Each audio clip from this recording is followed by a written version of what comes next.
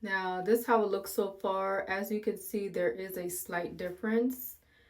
Before, you see how it's like flat to my head, and then after it's like way more stretched out, looking more like a fro. I feel like um this looks way better compared to this side because I feel like it's just, you know, needs a little something.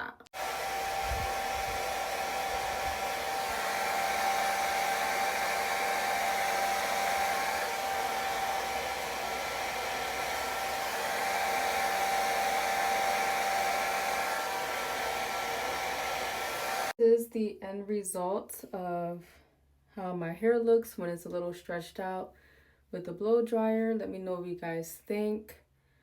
It's not as like smashed to my head, so